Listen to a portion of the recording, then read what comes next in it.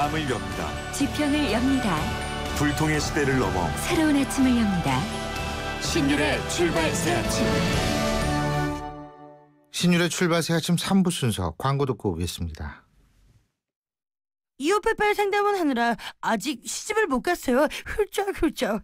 우리 고객님들 중에 총각도 많으시던데 저 이국주 어떠세요? 뿌이뿌이. 좌우로 정렬 2588 국주 좋네 국주 좋아 2588 대리운전아 국주를 부탁해. 아빠, 우리 경포해수욕장 가자. 근데 엄마는 하늘목장 가고 싶대. 그건 난 모르겠고 용평 리조트 가자. 워터파크도 가야 되고 관광 곤돌라도 타고 싶은데. 그건 난 모르겠고 용평 리조트 가자니까. 바쁜 아빠를 위해 용평 리조트가 통으로 다 준비했습니다. 대관령 통 패키지. 티몬, 쿠팡, 위메프에서 구입하세요. 고덕 산업단지와 개통 예정인 KTX 지제역의 비전은 함께 누리고 새롭게 들어설 대형 복합 쇼핑몰을 앞에서 즐기는 이 편한 세상이 찾아옵니다. 미래가 빛나는 평택, 그 위에 빛나는 생활까지 이 편한 세상 평택 용이 8월 오픈 예정 1544-3033 대림. 신율의 출발 새 아침 오늘 순서 시작합니다.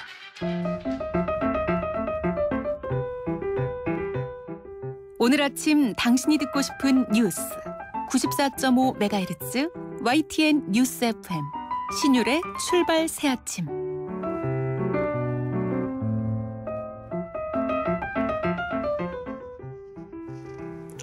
신동빈 회장이 대한민국 국민들에게 세 번째 대국민 사과를 전했습니다. 국내 전반의 부정적 여론을 타개하고자 그룹 차원의 대대적인 개혁 의지도 내비친 건데요. 하지만 지배구조 개선의 목적이 무엇인지 여기에 대해서 의문이 제기되고 있습니다. 당장 다음 주 주총에서 벌어질 형제 간의 일전도 예고가 돼 있죠. 그래서 오늘은 신동빈 회장이 내놓은 지배구조 개선안 어떻게 생각해야 하는지 전문가와 함께 조목조목 짚어보겠습니다. 좋은기업 지배구조연구소의 이지수 변호사 전화 연결돼 있습니다. 이 변호사님 안녕하세요. 네, 안녕하십니까. 제가 말해요. 네네. 어제 그 신동빈 회장 사과하는 거 세 번째 사과 아닙니까? 네네, 그렇습니다. 이거 이렇게 쭉 보면서 이런 생각이 들더라고요. 사과를 자주 하면서 본인의 어떤 그 존재감을 자꾸 과시하는 것 아닌가 이런 느낌을 받았는데 이게 제가 좀 잘못 생각하는 걸까요? 아니요, 뭐 충분히 그럴 수 있는 측면이 있다라고 저도 생각을 합니다. 지금 원체 롯데그룹에 대한 대국민 이미지가 지금 실추된 상태에서 자꾸 사과를 하면서 이제 그 이미지 회복도 하고 또 한편 지금 형하고 이제 하고 있는 경영권 분쟁에서도 유리한 국면을 좀 차지하겠다 이런 아마 포석이 깔려 있는 것으로 분석되고 있습니다.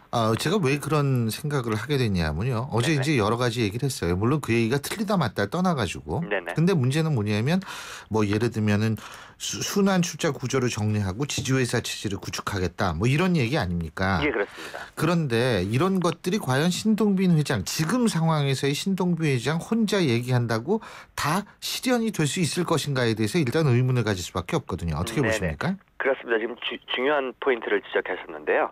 지금 일단은 지금 일본 그 롯데홀딩스를 중심으로 한 경영권이 100% 안정이 되어 있는 상태가 아닙니다. 아직까지도 예. 신동주 회장 내지는 아버지이신 신격호 회장하고의 분쟁을 지금 겪고 있는 상황에서 오히려 자회사에 해당하는 한국의 계열사들의 지분을 정리하고 어떤 지배구조 개선을 하겠다라고 하는 것이 앞에 것이 전제가 되어야 되는데 그 부분에 대한 것이 아직 확실치 않은 상태에서 신동빈 회장 혼자서 과연 이런 것들을 밀고 나갈 수 있느냐 이런 것에 대한 의문은 충분히 들 수 있는 거고요. 예. 또 향후에 그러니까 홀딩스 회사라고 하는 것은 보면은 주요 이제 경영적 전략을 이제 수립하고 집행을 하게 되어 있는데 이런 부분에 대한 어떤 확실한 경영권 장악이 없이 과연 상당한 많은 비용이 지금 소요될 것이라고 생각되는 순환 출자 구조 해소 이런 것들이 추진될 수 있을지는 글쎄요, 뭐 좀 더 두고 봐야 되는 그런 상황입니다. 지금 순환 출자 구조를 정리하기 위해서 한 7조 정도 드는 게 맞습니까? 지금 전문가들 추산에 의하면은 적게는 한 4조, 많게는 한 7조 정도가 소요될 것으로 예측이 되고 있는데요. 예. 이제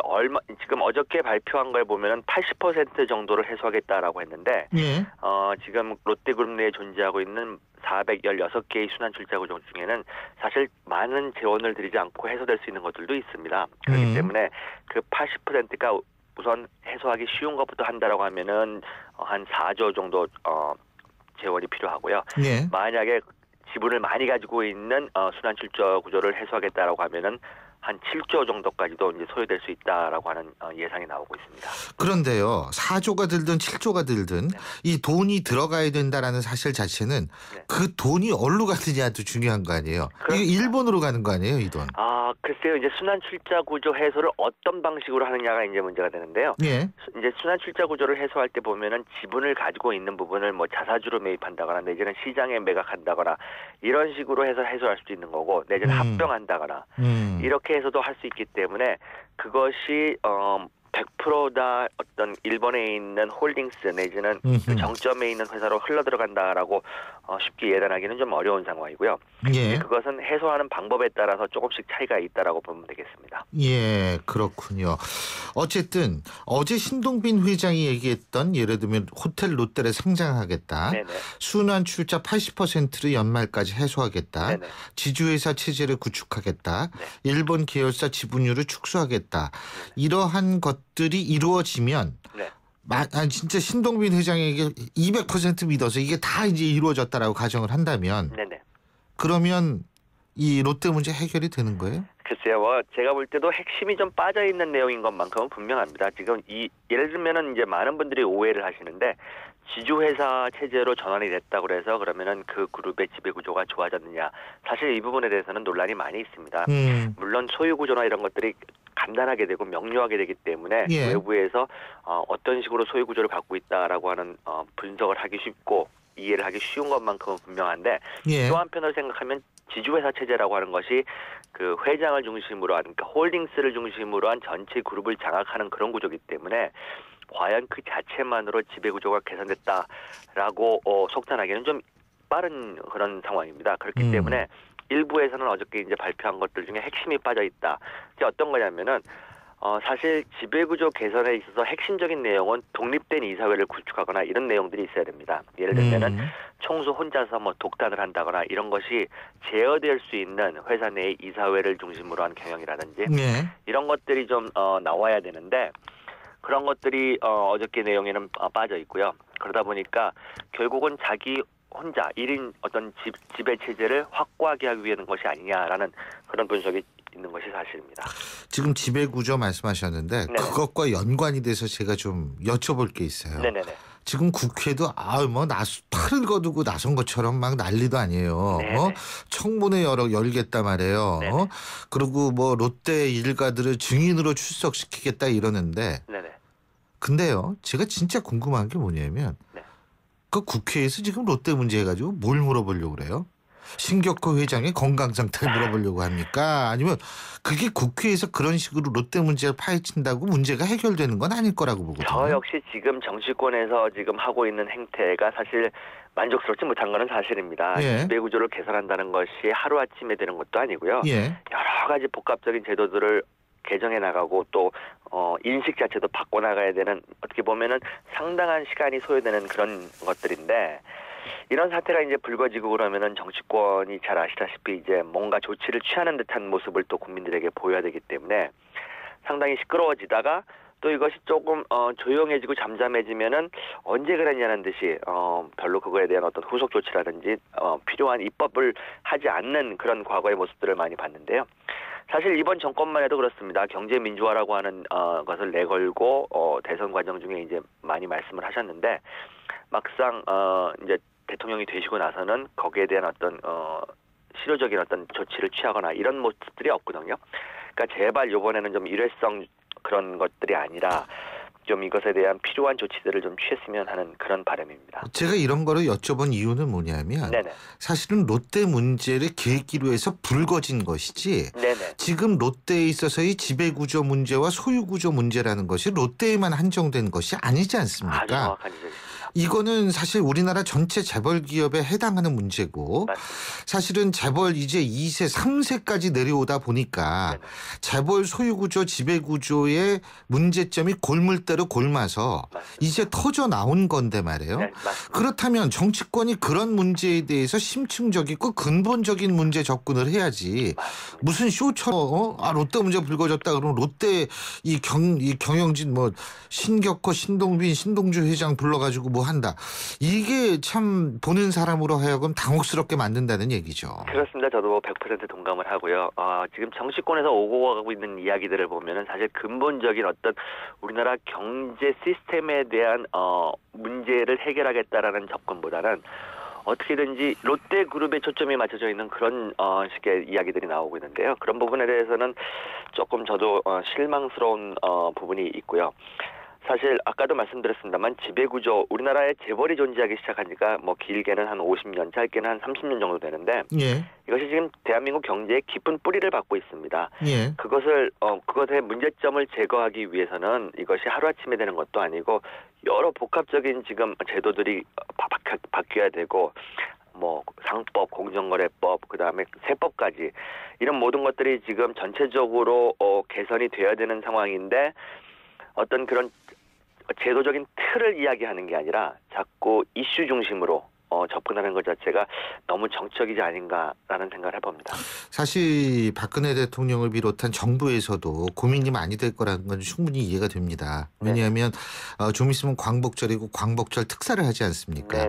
근데 박근혜 대통령도 이 특사에 대해서 상당히 부정적인 입장을 갖고 있다는 것은 잘 알려진 거 아니겠습니까? 근데 이제 경제 살리기, 경제가 워낙 죽어 있으니까 그러니까 이제 재벌 총수들에 대한 특사를 하겠다는 건데 사실은 그거는 역설적으로 따지고 본다면 예? 재벌 총수 1인에 의해서 우리나라 재벌 기업이 좌우가 되기 때문에 이 사람들 풀어주면은 투자가 잘 이루어진다 이 얘기 아닙니까 결국은. 예? 이게 그러니까 사실은 정부한테도 근본적인 부담을 안겨주는 문제 아니겠어요? 재벌 문제라는 게. 제가 볼 때는 사실 재벌 총수를 자유롭게 해주면 경제가 살아난다라고 하는 것은 제가 보기에는 하나의 만들어낸 어떤 신화 같은 거라고 생각을 합니다. 사실 재벌 총수가 그러니까 그룹이라고 하는 것이 시스템에 의해서 운영이 돼가지고 어떤 뭐 투자 결정이라든지 이런 것들이 돼야 되는데 재벌 총수가 없다고 그래가지고 경영 활동을 제대로 할 수 없다. 이게 지금 21세기에 어울리는 경제 어떤 경영 모델인지를 다시 한번 생각해봐야 되고요. 사실 지금 특사 논란이 이제 이야기가 나오고 있는 분 중에 또 자유롭게 활동을 하고 계신 분들이 계십니다. 근데 그분들이 과연 복귀를 한다고 그래가지고 투자가 얼마나 일어나고 한국 경제가 얼마나 살아날 수 있을지 이 부분에 대해서는 글쎄요 저는 확신할 수 없는 부분이고요. 또 한 가지는 조금 문제가 되는 것이 지난번에 그 성완종 파동이 일어났었을 때 새누리당이나 뭐 정부 쪽에서는 지금까지 특사를 하지 않은 것을 하나의 훈장처럼 여겼었거든요. 우리는 원칙을 지키는 그런 정부다라고 했는데 갑자기 경제 살리기라는 어떤 명분하에 재벌 총수를 비롯한 이제 사면 이야기가 나오면서 지금 이제 오고 가는 이야기가 뭐 최태원 SK그룹 회장이라든지 김승현 회장이라든지 이런 분들이 지금 사면될 것이다라고 하는 것이 이제 공공연하게 나오고 있는데 이게 좀 뭔가 앞뒤가 좀 맞지 않는 그런 모습인 것 같습니다. 원칙을 견제할 때는 또 그거를 갖다 자랑스럽게 내놓다가 또 어느 날 슬그머니 또 다시 들고 나오는 이런 모습들이 참 그것이 직접적으로 경제 살리기와 연관이 되어 있지 않음에도 불구하고 왜 이렇게 나가야 되는지 이 부분에 대해서는 좀 실망감이 있습니다. 자, 다시 롯데 얘기 돌아가서 17일 날 주총한다며요. 예, 그렇습니다. 어떻게 예상하세요? 글쎄요. 롯데홀딩스 주총. 롯데홀딩스에 대한 지분이 정확하게 지금 파악되질 않고 지금 대체적인 윤곽만 드러나고 있는데요. 지분상으로는 사실 뭐 둘이 그렇게 어느 쪽이 유리하다 이런 분석을 하긴 좀 어려운데 신동빈 회장 같은 경우에는 경영권을 장악하고 있거든요. 다시 말하면 이사회를 장악하고 있기 때문에 현재 상황으로는 좀 유리한 국면이 있습니다. 그렇기 때문에 아마 신동주 전 부회장은 주총에서의 어떤 사활을 거는 전략보다는 소송이나 법원을 통한 그런 이제 장기적인 포석으로 나가는 게 아닌가라는 생각을 해보고 있습니다. 예, 잘 알겠습니다.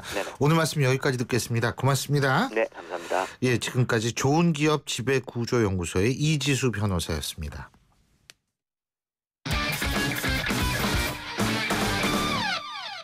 스포츠 소식 알아보겠습니다. 최동호 스포츠 평론가 전화 연결합니다. 안녕하십니까?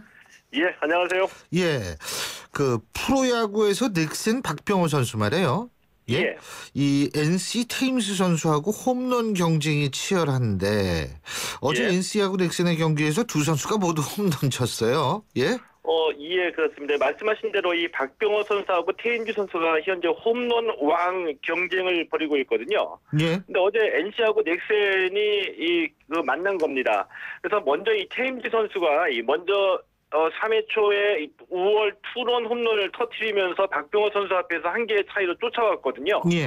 그러니까 이 곧바로 박병호 선수가 또 5회 말에 우중월 투런 홈런 날리면서 하나 달아난 거죠. 근데 이 박병호 선수가 현재 이 컨디션이 최고입니다. 5회에 홈런을 때렸는데 예. 이 다음 타석인 8회에도 솔로 홈런을 또 터뜨리면서 연타석 홈런을 터뜨렸습니다. 예. 어제만 홈런 2개 추가해서 2년 연속 40 홈런을 기록했고요. 아하. 현재 박병호 선수가 홈런 1위를 달리고 있는데 지금 추세라면은 2년 연속 50 홈런이 충분히 가능할 것 같습니다. 2년 연속 50 홈런. 대단하네요. 예. 근데 이 팀 선수도 대단한 게 어제 사이클링 히트를 기록을 했죠. 이게 근데 예. 굉장히 어렵다고 그러던데 올 시즌 두 번째 아니에요, 근데? 예? 예. 이 사이클링 히트가 한 경기에서 안타하고 2루타, 3루타, 홈런을 모두 다 쳐낼 때 사이클링 히트라고 얘기를 하거든요. 예. 근데 보통 선수들은 선수생애 전체를 통틀어서 한 번도 기록하기 힘든 겁니다. 예.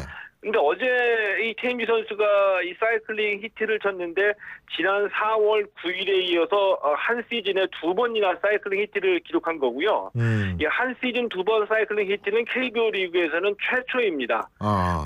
예. 그리고 어제 경기에서 이 국내 최고의 4번 타자를 앞세운 NC와 넥센의 경기에서는 NC가 넥센을 9대8로 이겼는데요. 예. 이게 좀 재미있네요. NC가 넥센의 올 시즌 9승 1패거든요. 예. 그러니까 넥센이 NC만 만나면은 꼬리를 내리는 천적 관계를 이루고 있습니다. 그렇군요. 얼마 전에 추신수 선수도 사이클링 히트 쳤죠? 예, 그렇습니다. 그렇죠. 추신수 선수 사이클링 히트 기록했죠. 그렇죠. 이게 굉장히 어렵다고 그러는데 참 한 시즌에 2번 대단합니다. 예. 예. 자, 그리고 관심을 모으고 있는 또 다른 외국인 투수가 있죠. 로저스 선수인데요. 어제도 완투하면서 완봉승을 거뒀죠.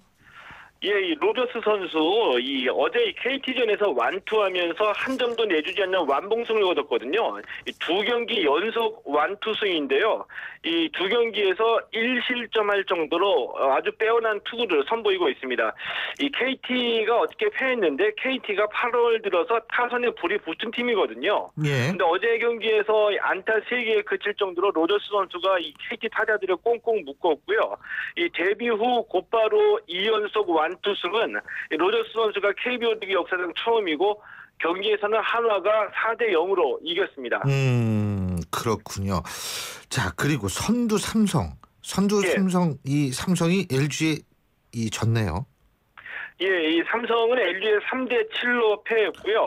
이 롯데가 SK를 11대 6으로 이겼습니다. 예. 이 선두 삼성하고 2위 NC의 승차가 3경기 반으로 줄어들었고요. 5위 한화가 6위 SK와 승차를 1경기 반으로 벌렸습니다. 예.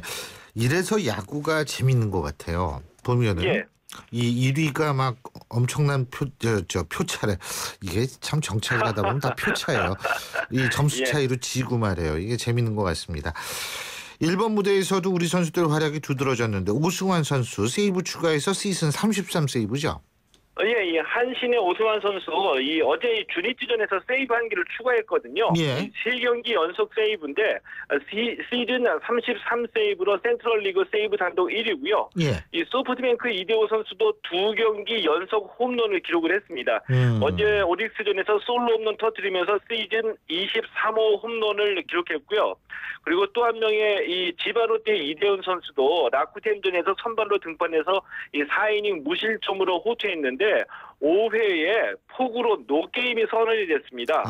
이 한국 투수로는 처음으로 일본 프로야구에서 시즌 10승을 올릴 수 있는 기회였는데 비로 인해서 아쉽게 무산됐죠. 예, 잘 알겠습니다. 오늘 말씀 여기까지 듣죠. 고맙습니다. 예, 고맙습니다. 예, 지금까지 최동호 스포츠 평론가였습니다. 아이시스 8.0. 왜 핑크냐고요? 핑크는 건강하다는 증거니까. 건강에서 핑크라벨 균형 잡혀 8.0. 해교의 생기 비결. 건강한 미네랄 밸런스가 핑크빛 생기를. 핑크빛 생기 에너지. 아이시스 8.0. 전 핑크만 챙겨요. 사장님들은 고민이 많다. 우리 가게 와이파이 설치해야 하는데 카드 결제기는 어떡하지? CCTV도 달아야 하는데. 올레비즈 성공팩에 맡기세요. 사업에 필요한 IT 서비스를 한 번에. 거기에 휴대폰 통신비 할인까지. 올레비즈 성공팩. 문의 1588-0114. 올레. 기아차 기특한 고객 케어 탄생. 새차 사려니 운전이 겁나. 중고차 사려니 기분이 찜찜. 있잖아, 기아차 차차 구매 프로그램. 스크래치까지 실비 보상해준대. 할부 부담도 적네. 최대 30만 원, 자기 부담금 만원. 모닝, 레이, 프라이드, K3 오토 할부 이용 시 홈페이지 참조. 기아자동차. 신율의 출발 새 아침 3부 순서는 여기서 줄입니다. 잠시 뒤 4부에서 뵙죠. 고객님, 문의하신 사이즈가 없으십니다. 총 3만 원이십니다. 거스름돈 여기 있으세요. 이런 말들이 친절하다고 생각하시나요? 이 말들은 듣는 사람보다 사물을 더 높이는 잘못 쓰인 표현입니다. 이제부터는 고객님, 문의하신 사이즈가 없습니다. 총 3만 원입니다. 거스름돈 여기 있습니다. 이렇게 바른 표현으로 바꿔 써보세요. 사람을 높이는 법, 올바른 표현에서부터 시작됩니다. YTN 라디오 언어문화 개선 캠페인은 국립국어원과 함께합니다. 10세대의 진화, 글로벌 판매 1,600만 대의 놀라운 기록이 당신의 현재가 된다. 마침내 지금까지의 임팔라보다 더 찬란한 임팔라. 2015년 8월 가장 찬란한 준대형 세단이 온다. 임팔라. Chevrolet, find new roads. 임팔라 사전 계약 실시. 날카로운 분석, 내일을 보는 시선. 신율의 출발 새 아침. 신율의 출발 새 아침 4부 순서 광고 듣고 오겠습니다. 제 통장이랑 현금카드만 넘기면 고수익 알바나 취업, 싼 이자로 급전도 가능하다는데 저 어떻게 할까요? 당연히 노를 외쳐야죠. 민형사상 책임에 금융거래 제한까지 되는 범죄거든요. 금융사기는 경찰청 112 또는 금강원 1332로 신고하세요. 이 캠페인은 금융권이 함께합니다. 10세대의 진화, 글로벌 판매 1,600만 대의 놀라운 기록이 당신의 현재가 된다. 마침내 지금까지의 임팔라보다 더 찬란한 임팔라. 2015년 8월 가장 찬란한 준대형 세단이 온다. 임팔라. Chevrolet, find new roads. 임팔라 사전 계약 실시. 냄새. 분명 빨았는데. 어우, 빨아도 잘 안 빠지는 남자의 땀 냄새를 위해 다우니 섬유 데오드라이저. 세탁할 때 넣어주면 와. 내 남자와 우리 가족을 위한 상쾌 빨래. 새로 나온 다우니 섬유 데오드라이저. 섬유유연제와 함께 쓰세요. 안녕하세요. 유플러스 모델 보아입니다. 최신 영화 미드부터 인터넷 강의와 맛집까지 보고 싶은 비디오를 검색하면 카테고리별로 보기 쉽게 정리해주는 국내 최초 LTE 비디오 포털. 이제 보고 싶은 비디오 마음껏 즐기세요. 지금 시각 8시 33분 26초 지나고 있는데요. 교통 상황 알아보겠습니다. 유배용 캐스터. 네, 출발 새 아침 교통정보입니다. 오늘 아침에도 돌발 구간들이 많은 편입니다. 안전운전에 신경 쓰셔야겠는데요. 이문로가 시주사 삼거리 쪽으로 외대 교차로에 승용차 관련 사고가 났습니다. 때문에 이 부분 지체되고 있고요. 분당 수서로가 앞서 청담 방면으로 탄천 1교 부근에 고장차가 있었는데요. 다행히 고장차 처리는 조금 전에 끝났습니다만 여파 때문에 장진아들목부터 밀리고 있습니다. 반대쪽 흐름은 비교적 수월하고요. 그 밖에 성산로가 도심 쪽으로 연희교차로에서 연대 앞 삼거리까지 답답한 흐름이고요.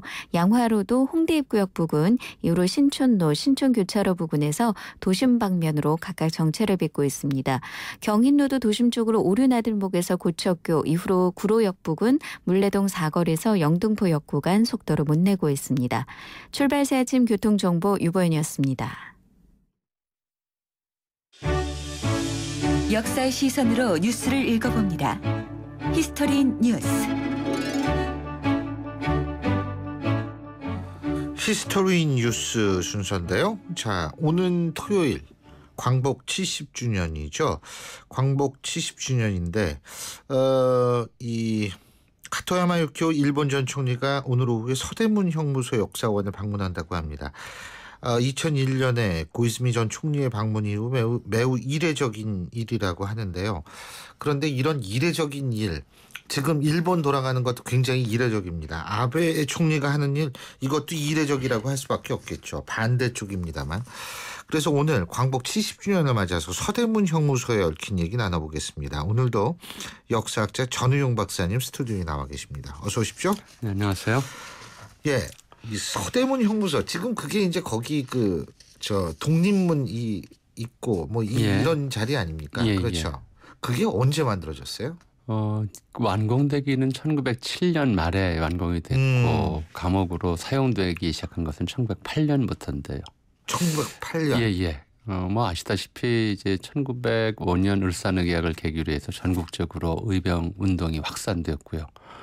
1907년 경에는 이제 그 군대 해산이 이제 이루어지고 고종이 강제 양이되고 하면서 전민족적으로 반일 운동이 이제 불 끓듯 일어나던 때였죠. 예. 그러다 보니까 이제 일본군과 교전 중에 이제 사망하거나 이제 체포되는 사람이 기하급수적으로 늘어났고 이런 사람들을 수용하기에는 과거에 이제 작은 감옥들이 이제 지역마다 있었습니다만은 감옥이 허술하고 또 이제 수용 인원도 너무 수용 규모도 작다 이런 판단 때문에 일본에서 대규모 감옥으로 지은 것이 이 서대문 형무소의 시작이죠. 그렇군요. 서대문 형무소라고 말씀하셨는데 처음에는 형무소였군요. 교도소가 아니라. 그냥 처음에 지을 때는 경성 감옥이라고 했어요. 경성 감옥? 간단하네요, 그냥. 그러니까 좀 이건 조금 이제 청취자 여러분들께서도 조금 생각을 해보셔야 될 텐데요. 중세법에서는 이 징역형이라는 것이 없었죠. 구금 자체가 형벌이 되지는 않았습니다. 그러니까 조선시대의 형벌 그게 5가지로 나누면 태장, 도유사 그래서 뭐예요? 태형, 작은 매로 때리는 형. 그 작은 매. 큰 매로 때리는 형벌이 이제 장형. 그게 곤장이에요? 그 다음에 이제 도배라고 해서 도배요? 도배를 합니까, 사람을? 아니요. 사람을 이제 멀리 쫓아 보내는데 귀양 보내는 것 중에서도 내륙 지역에 이제 보내는 것이 도형이고 이제 아주 멀리 섬 도서 지역이나 이렇게 보내는 것이 이제 유형이고 그다음에 사형이고 이렇게 5가지 정도의 그러니까 사형 바로 밑에가 유배 섬에 이렇게 보내는 거군요. 그렇죠. 다산이 이제 뭐 이렇게 강진이나 뭐 아니면 이제 뭐 절도 제주도에 이런 데 보내는 것이 이제 그런 것들이었죠. 그래서 이제 태장도 유사의 5형밖에 없었고 감옥에 가두는 것은 미결수를 신문하는 기간 동안에만 이제 가둬두는 거라서 이 대규모 감옥이라는 게 필요가 없었어요. 근데 근대법규가 제정이 되면서 1894년 감옥개혁 때에 이제 감옥서 관제라는 게 생겨서 지금 서린동에 이제 의포도청이 있었고 거기 포도청 감옥이 있었어요. 그냥 옥이라고 그랬죠. 그거를 감옥으로 쓰다가 이제 1907년에 이게 대형 이제 감옥을 새로 지었고요. 그것도 부족해서 1912년에는 마포에다가 또 다시 큰 감옥을 하나 더 지었습니다. 그러면서 경성 감옥이 이제 마포 감옥을 지칭하는 이름이 되고 그때부터 이제 경성 감옥 이름을 마포 감옥에 옮겨주고 서대문 형무소라고 불렸죠. 마포에도 그러니까 형무소에 있었군요. 그런데 지금 박사님 말씀 들으니까 갑자기 2가지가 생각이 나는 게 첫 번째로 뭐냐면 결국은 형무소나 교도소, 이 형무소라고 이제 얘기하는 이거는 형벌 체계의 근대화를 의미하는 건가요? 그렇다면? 전면적인 이제 좀 사고 패러다임의 변화를 의미하는 거겠죠. 그러니까 과거에는 이제 잘못한 것에 대해서는 처벌이라는 것이 기본적으로는 복수였죠. 그러니까 우리가 아주 옛날 법으로 고조선의 팔자법금을 보면은 뭐 돈을 훔친 자는 노비로 삼는다든가 사람을 죽인 자는 죽인다든가 그러니까 함무라비식의 눈에는 눈, 이에는 이라고 하는 것을 개인이 못할 때 국가가 대신해 주는 정도였었는데 이제 근대적 사고 방식에서는 이제 이 범죄라고 하는 것도 일견 보자면 일종의 병리 현상이고 치유가 가능한 이제 것이다라고 판단을 했던 거고요. 그래서 사람을 가둬놓고 노역을 지킨다고 하는 것은 이제 노동을 통해서 사람을 교화한다.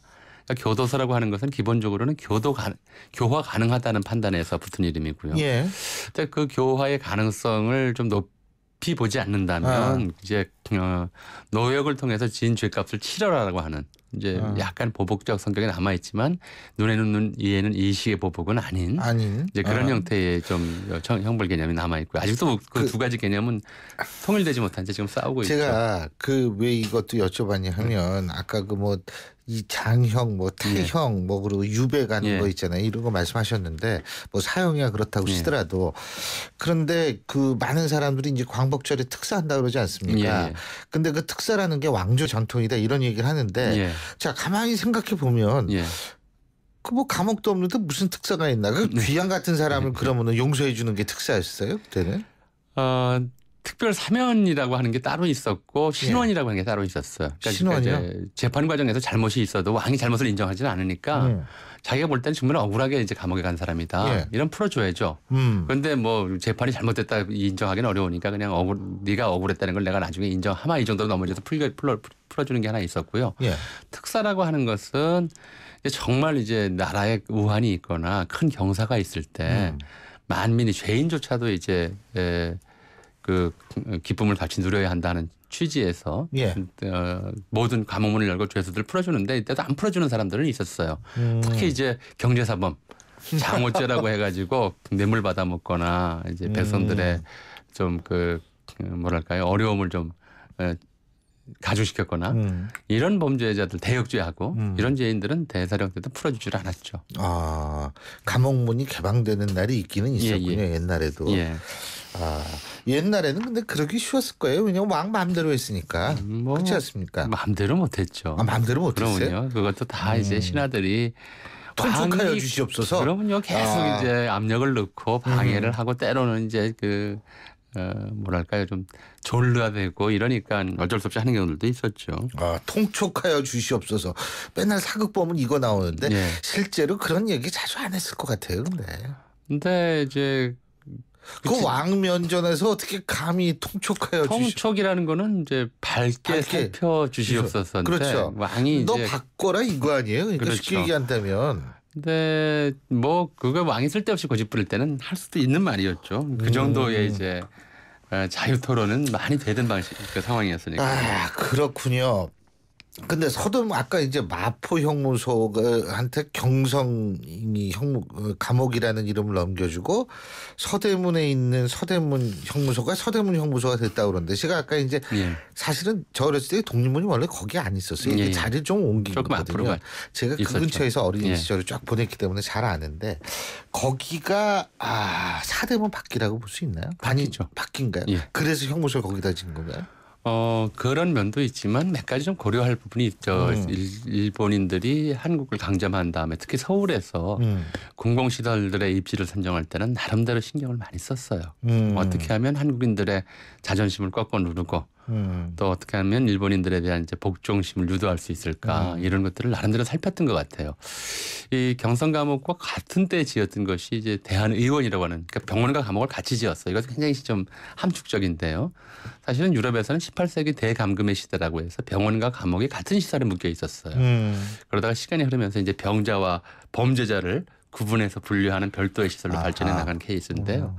기본적으로는 뭐 입원, 치료, 퇴원이라고 하는 것이 입소, 그다음에 교화, 출소라고 하는 병원과 그 교도소의 뭐 중간에 감시 치료가 진행되는 것도 포함해서 메커니즘이 같아요. 두 개 같이 지어지는데 대한의원은 지금 이제 그 연건동 서울대학교 병원 자리에 있는 구대한의원 본관 건물로 돼 있고요.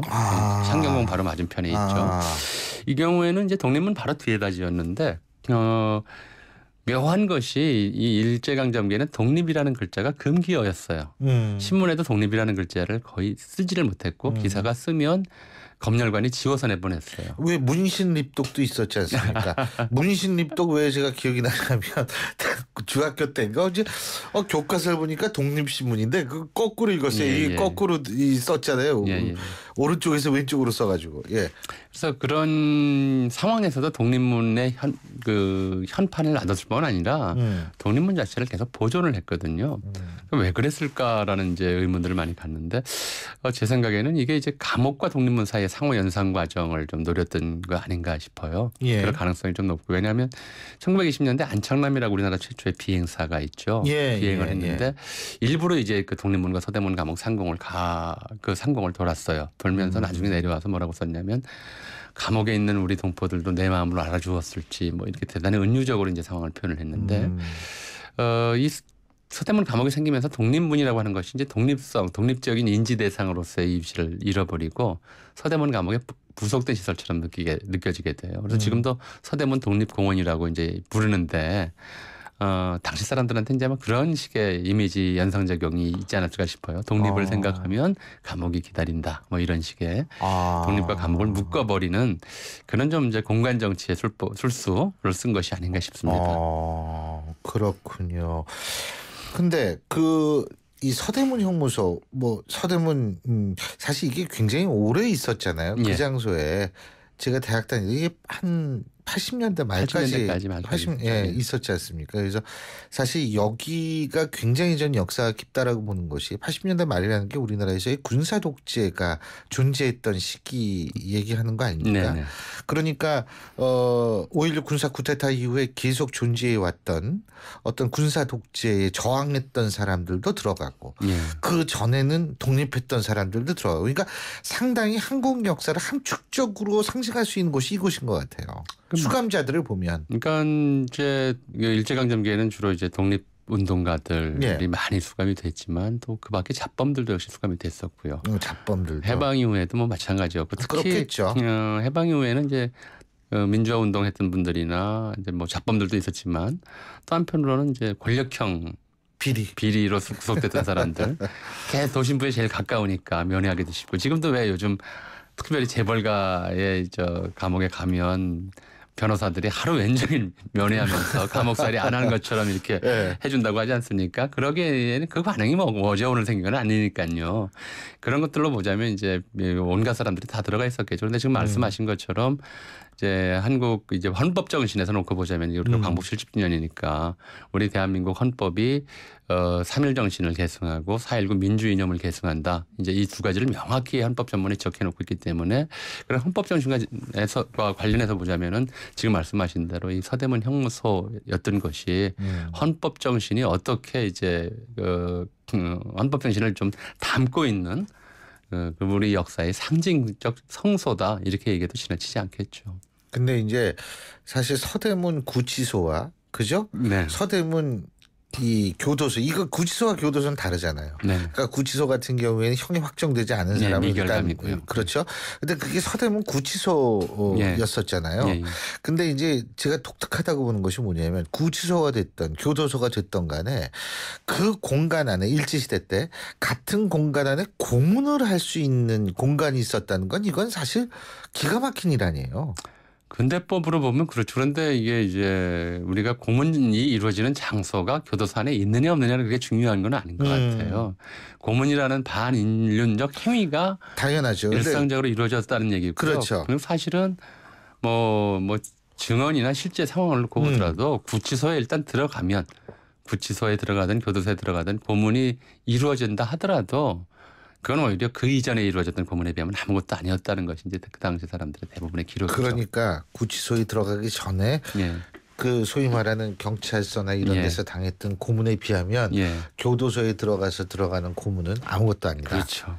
왜냐하면 경찰서의 고문은 이제 죄 없는 사람을 죄인으로 바꾸거나 아니면 어떤 사건을 조작하기 위해서 거짓 증언을 이제 이끌어내거나 이러기 위해서 하는 고문이라 극히 혹독했지만 감옥 안에서의 고문이라는 것은 그야말로 이제 감옥 내에서의 규율 위반에 대한 징벌적 의미에 가까웠기 때문에 그건 이제 그렇게 심할 이유가 별로 없었던 것이고 예외적으로 이제 3.1운동 무렵에 감옥 안에서도 독립운동을 했거든요.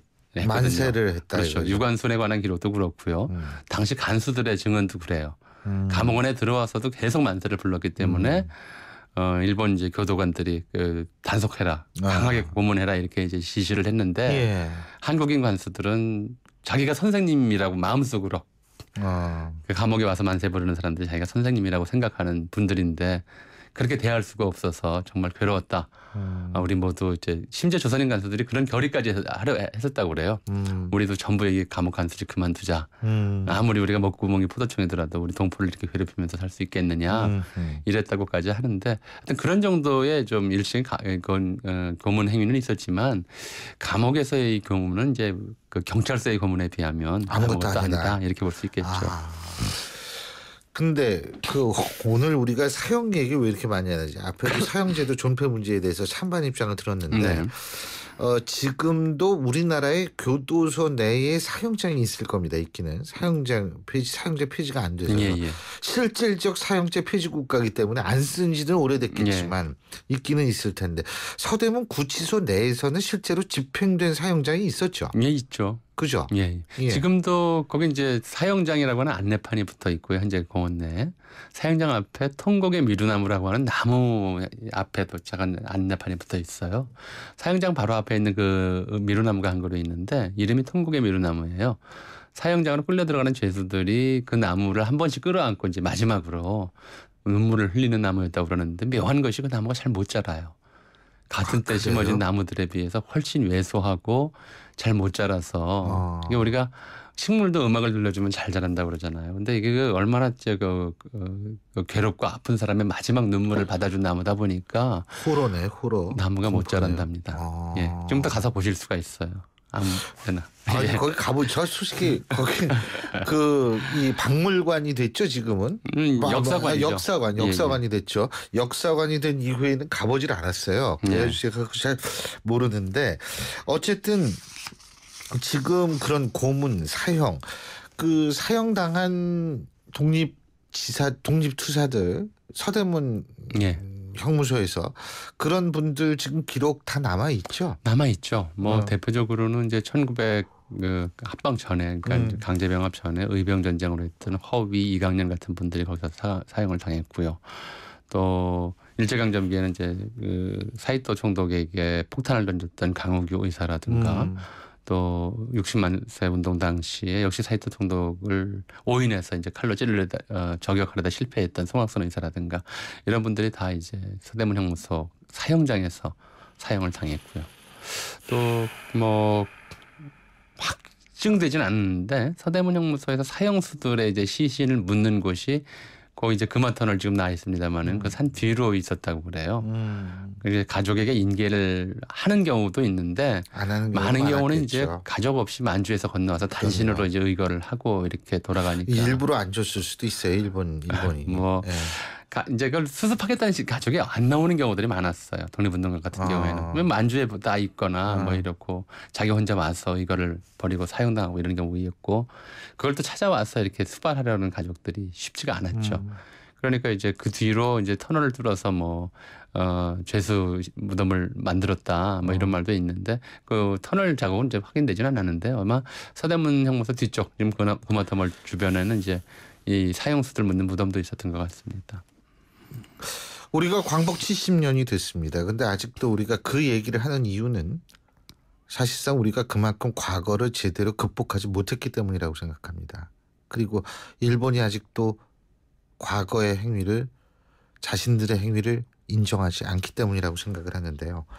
그런 의미에서 지금 우리의 70년 전의 역사는 진행형이라는 생각입니다. 오늘 말씀 여기까지 듣죠. 고맙습니다. 네. 지금까지 역사학자이시죠. 전우영 박사와 함께했습니다.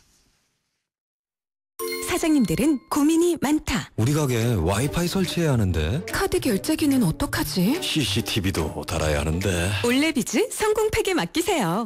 사업에 필요한 IT 서비스를 한 번에. 거기에 휴대폰 통신비 할인까지. 올레비즈 성공팩. 문의 1588-0114. 올레.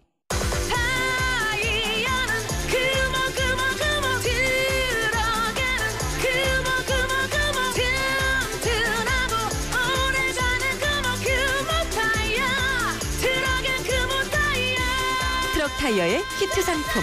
매장에서 RA50을 찾으세요. 금호 타이어. 높게, 더 높게. 모두가 세상의 높이에 도전할 때. 높게, 더 높게. 한양은 행복의 높이에 도전합니다. 사람의 행복보다 더 높여야 할 것은 없기에. 건설, 행복이 되다. 한양. 포르쉐 모터스포츠. 이것은 모든 포르쉐의 기원이며 모든 아이디어의 시작이며 스포츠카의 새로운 기준을 만들어가는 끝없는 영감의 원천입니다. 그것이 바로 모든 포르쉐가 스포츠카인 이유입니다. Every Porsche Sports Car. 고덕 산업단지와 개통 예정인 KTX 지제역의 비전은 함께 누리고 새롭게 들어설 대형 복합 쇼핑몰을 앞에서 즐기는 이 편한 세상이 찾아옵니다. 미래가 빛나는 평택, 그 위에 빛나는 생활까지 이 편한 세상 평택 용이 8월 오픈 예정 1544-3033 대림. 예, 벌써 좀 기온이 아침 저녁으로는 선선해졌습니다. 이것이 바로 자연이라는 생각이 드는데요. 자, 가을이 얼마 남지 않았다는 생각 가지시면서 오늘 하루도 힘내시고요. 저는 내일 아침 7시 15분에 다시 오겠습니다. 지금까지 신유리였습니다. 고맙습니다.